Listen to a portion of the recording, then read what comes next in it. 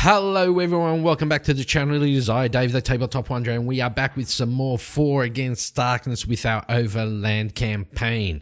And I've been doing a bit of bookkeeping, but we are here at hex number 3, which is some mountains. And what happened there is pretty easy because, I was writing all of this stuff down on a piece of paper, and then I said, I have to pass everything, jot everything down here on the notebook. So, yeah, I'll just start writing it down here.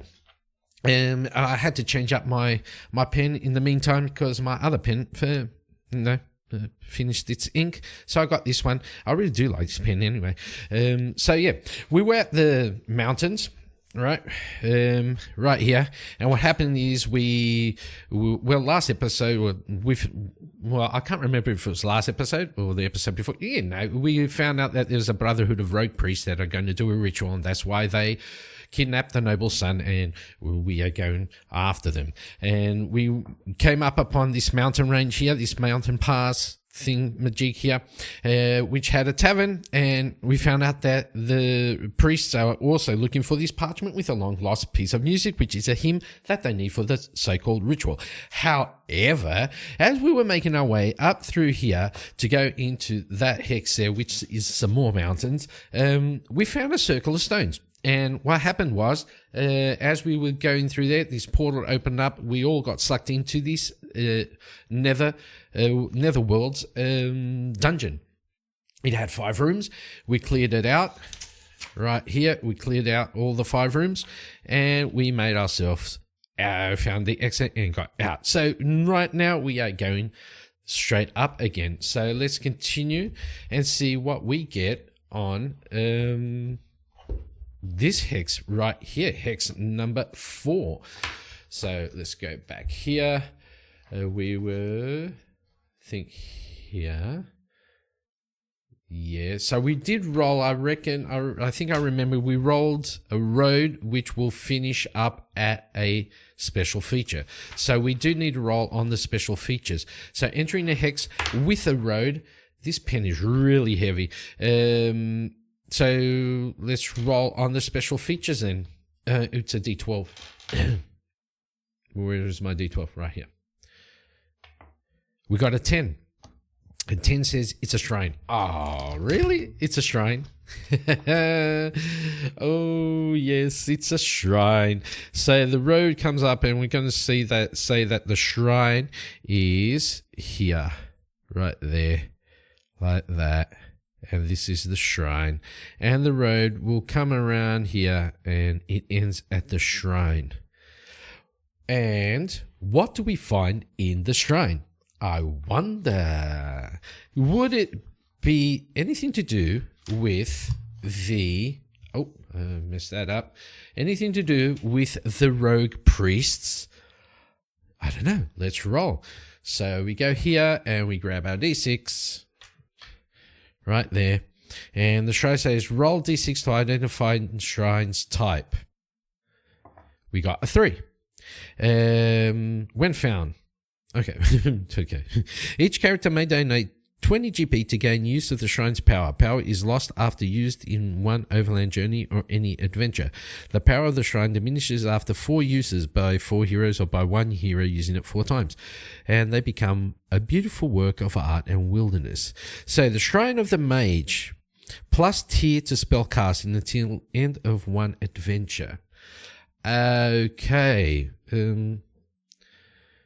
But we only have 1 person that can use that, which is Arima. She can't use that much of it either. So what I'm going to say is the shrine's going to stay like that. And also we need to donate 20 gold pieces, and we don't have that much gold. So we'll just use that. We'll keep that like that. And as it turns out, we've come to a dead end. So I wonder, can we find anything else? Let's see. Encounter table, wagon train, travel table, weather conditions. We haven't done any weather conditions, right? Denizen monster tables, properties, and okay, overland, rules and hex movements. I haven't even been doing any of this, which is sad. We've just been doing this, simple. Resting in the wilds, running away from combat during overland, interact with a special feature in the hex. Foraging, running around, settlement interactions. We haven't found any settlements. Okay, now. The road we know finishes off at the shrine. But did we miss anything? Is there a sort of a secret passage or something like that we do not know of? I wonder. Let's see. We can go here. Hex events. Roll d6, party encounters a wind monster. Party encounters a boss monster. Roll on the wind on the same ambush. Party meets Imperial Riders.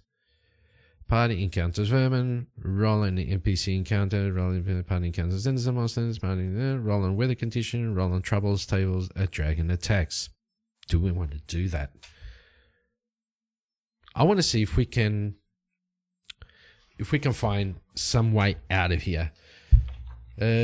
You know what? I'm going to say that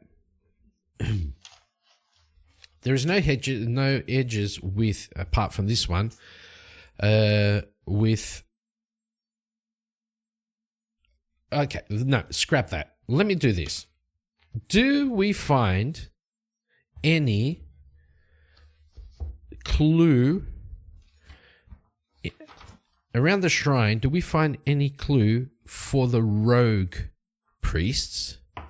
Oh, that does not count. No, but we do need to roll on the verb and noun. We do not find any clues for the priests, but we got a 76, which says surveillance. Oh. And a 92, serpent. Surveillance serpent. Ooh. Okay, so let's write all of this down. We are on number 4, which is mountains. And in these mountains, we found a shrine, which we didn't use. But we also found some signs of something. And what we found was serpent, right? The serpent and surveillance, right? 84, wasn't it? No. Or was it surveillance and serpent? 76, surveillance and then serpent. I think that was it, right? Yeah. Serpent, surveillance. But write this down the other way around. Doesn't really matter. Surveillance. So I'm going to put this in a box so I know that this is what we rolled. Okay. Serpent, surveillance. You know what? So, as we walked into this area with the shrine, above, so imagine that the shrine is in sort of a valley sort of thing, right? And above our characters, without them knowing, there's this massive snake slithering through the mountain peaks, and it sees our companions, our heroes, down below. But our heroes don't notice anything just yet. I wonder if they will notice something. I don't know. And so they start talking to each other. They say, Bram says, "Oh, this is a dead end. Got nowhere. We haven't found anything about these priests." And Radford goes, "Yeah, totally agreed. We should try and find some way around here. See if we could pick up some clues." and Arima and Marlo, they're looking at the shrine and they say, look, there's these weird etchings on this thing. It's like, doesn't this look like a snake or something like that? Bram says, yeah, does look like a snake. Doesn't mean anything though. Let's just go on. Let's just move through. Let's see if we can find a way out. And so they start moving through the hex. They start walking through the valleys, right? And I'm going to say it'll take them. Well, this does have wilderness movement, right? I thought I saw something here for that. Weather conditions. Wilderness, denizens. Overland movement. Okay. Movement and rations. So it'll take him about 8 days to go through that. Okay. But I'm not using rations or anything, so, you know. So it'll take him about 8 days to get through that. And we'll say that they've been in here already for like 6 days. Okay. They've made their way through all of this. You know what? No, let's do this. I'm going to get a D8 right here. Right there. Hopefully you can see that. Yep. And what I'm going to do is every day I'm going to roll for Wandering Monster. And if it does come up, they're going to fight the snake. The guardian snake of the valley. So let's roll. So first day. Oh! Well, looky here. Well, I guess they're going to go after... Well, I guess they're not going to go after the snake. The snake is going to go after them. What are the chances right on the first day after they after they saw the shrine that the snake just pops out? Yeah. Okay, let's see. Can we find anything here for the snake?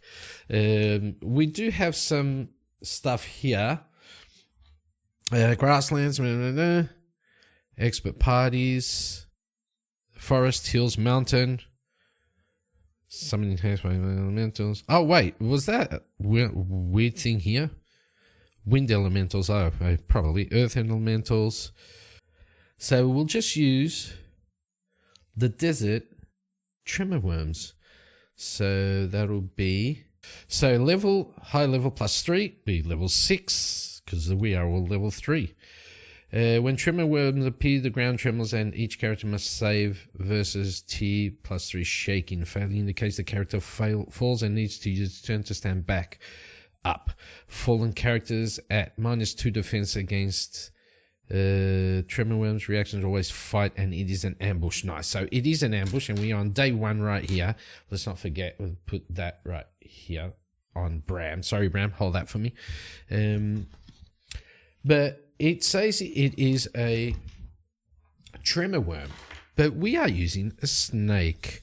And what I think, instead of it like doing tremor and throwing down our heroes, what we can do is it has a tail whip, right?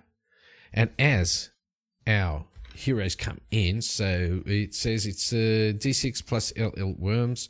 We're just going to use 1. 3 plus 3 is 6, so it's a level 6 worm, right?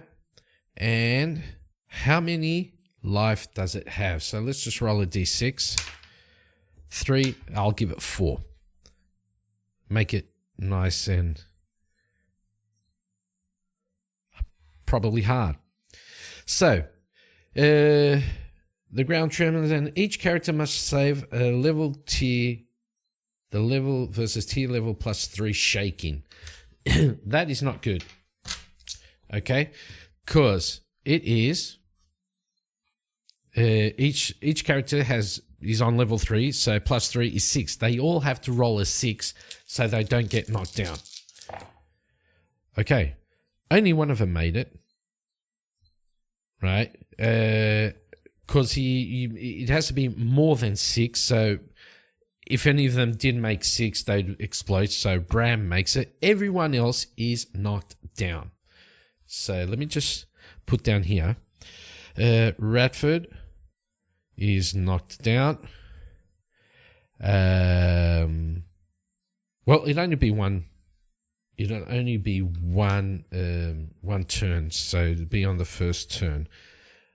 But to make this easy, not to make it easy, but to make it this nice and how should I say, engaging and adventurous. Let's put snake. This is also running out. Oh my lord, my pens are all running out.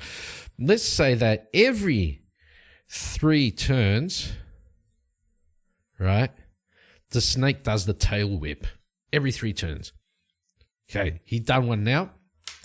Bram, the only one that is up is Bram, so everyone is going to take that turn off, and Bram is going to attack the worms. So let's do... I'll probably make this harder on myself.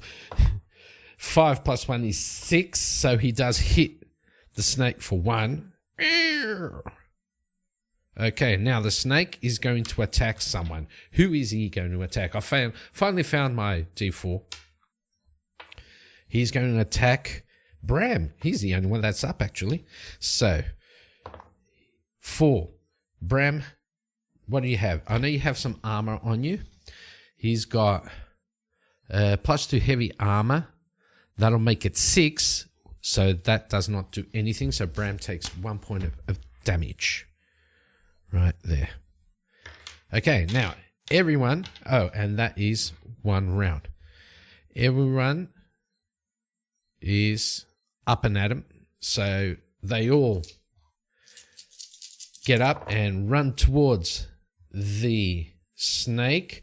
And Bram and Aramar miss. Radford misses, but Marla comes in with her mace at +1, so 6. 5 plus 1 is 12.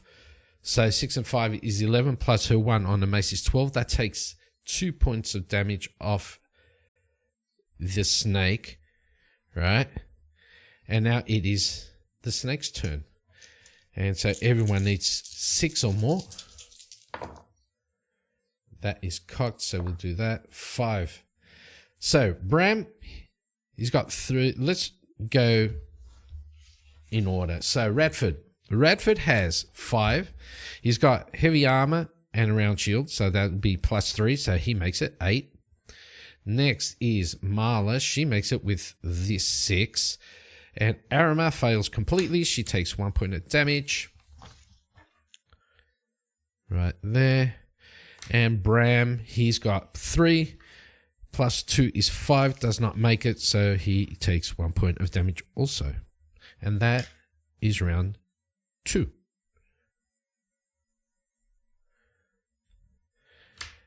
Everyone runs up again and go to attack the snake. Okay, we got a 6 right there. These 2 failed. Arama with her 6 and +5 is 11, and that is more than enough to take the snake down.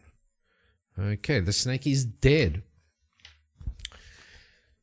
Now, what we're going to say is the snake is not part of anything of the priests, right? Because we rolled on that and it was a no, right? We rolled on that, it was a no, but, and the signs that we found was serpent surveillance, which was that snake. Okay, so doing that, we are on day 1 still, right? And we found the snake. We killed the snake, the giant serpent. Does it have any treasure? Treasure, it does. I didn't roll for treasure. Let's just roll for treasure now. 2. And 2, I think, is like 2d6 gold pieces. Yep, 2d6 gold pieces. Let's roll that real quick. 6 gold pieces, which we will give to... Let's see. 42. Okay, we'll give it to Radford because he's like really down in gold. He's only got 10 gold now. So day 1. Day 2, our party continue. Do we get a wandering monster? No, we do not. And they continue to go through the mountain passage. Well, not passage, they're going through the mountains, valleys and stuff like that. And on day 3, they find a wandering monster. Okay, then. Let's see what wandering monster they do get. So let's go here on the mountains table, right? Because we had the mountains table right here. Roll on the mountains, and we'll just do a basic monster now. And roll a d6 for that. 4, and 4 says it is Ica Wisps. And the Ica Wisps are right. Okay. A, B, C, D, E, F, and G are nowhere to be found. H and I, nowhere to be found. Oh, they're in wisps? Okay.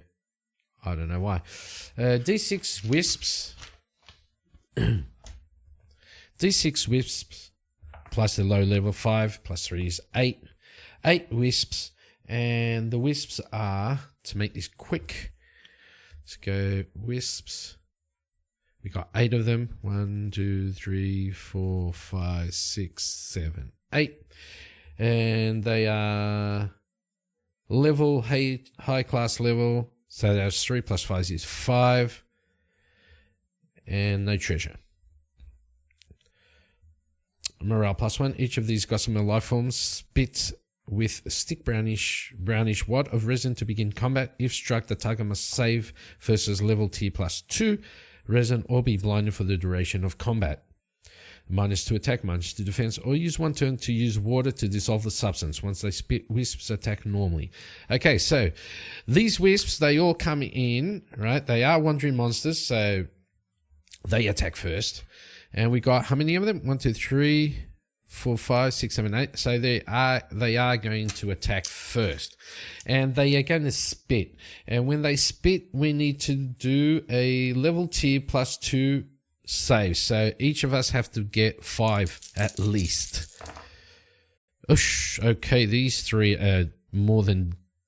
Well, these 2 failed. Arama and Bram, the 2 dwarfs, failed. Like, you'd think they do it, right? Because the wisps are flying and they spit, and the dwarfs are shorter. But yeah, I guess they were spitting down. Arama, she has nothing of useful on. She has a +1 on her defense. So the only one that really does make it is Radford. He's got a +5, but he does have heavy armor and a round shield, so he just blocks all of that.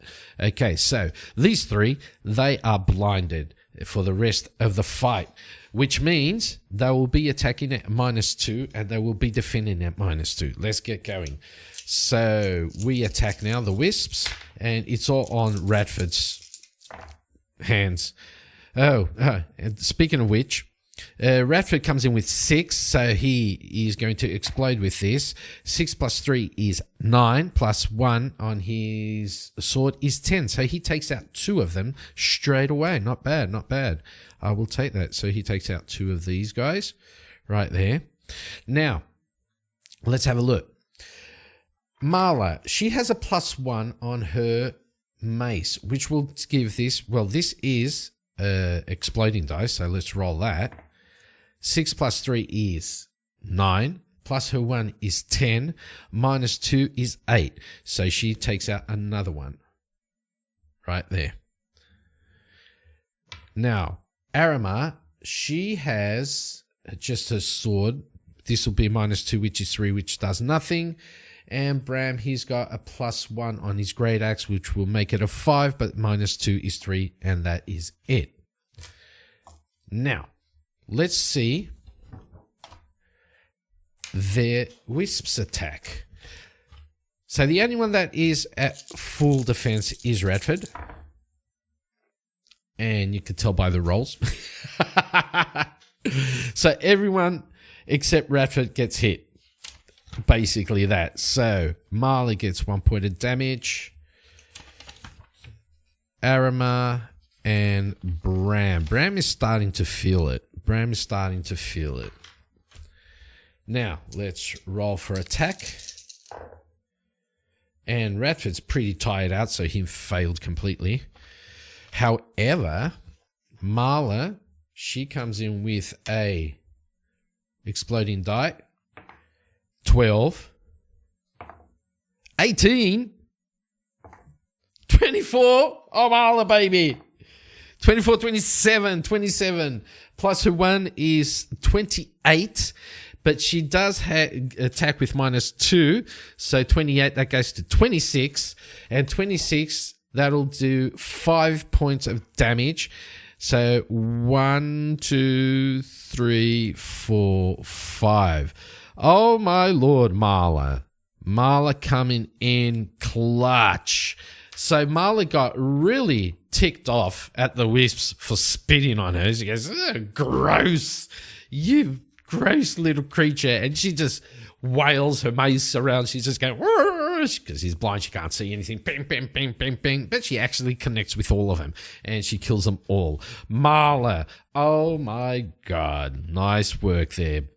So they do have treasure, right? I think that is what I read here. Oh, no treasure. Oh, that sucks. Okay, so our characters, they made camp here. They made camp for the night, and they got cleaned up and all that. Let's see. Some of them have bandages. Well, everyone has bandages. So Radford's pretty good.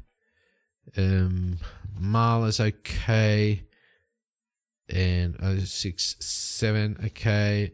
Yeah, but I think Bram, he takes the time to lick some of his wounds, and he uses 3 of his bandages, and he comes back to full health.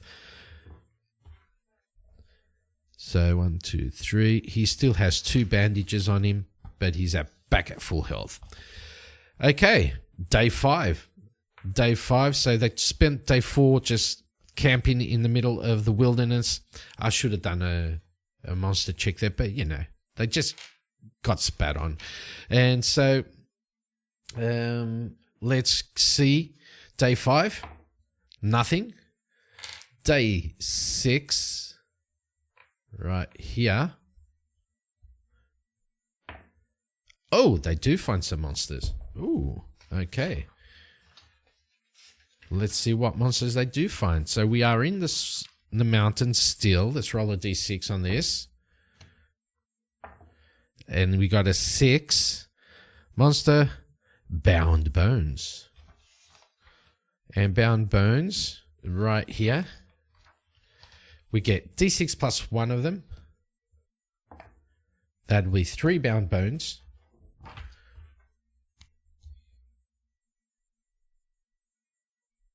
There'll be 3 of them. 1, 2, 3. And the Bound Bones are level 6. Oosh. They are undead, however. They are undead. Bound Bones never test morale. On first encounter the bones, clerics must save versus the level tier plus 3 bounding spells on the bones to gain their normal bonus to attack undead. Okay, so these 3 Bound Bones appear out of nowhere. We are still going through that there. And Marla has to do a saving throw, which is... Well, she's not a cleric, though, is she? Is she a cleric? Warrior, dwarf... Oh, we have no clerics. So that's pretty good. But she does have a mace. Oh, I'll take it. So they all come in and they all go for the bones. Ugh.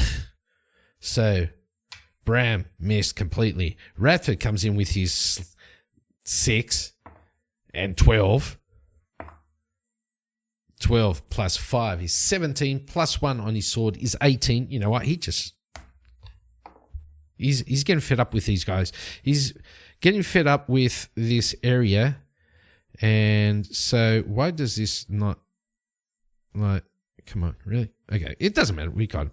And he's getting really fed up with this area, so he just and kills them all off in one go and says, enough of this. Let's get out of these mountains. I am sick and tired of this.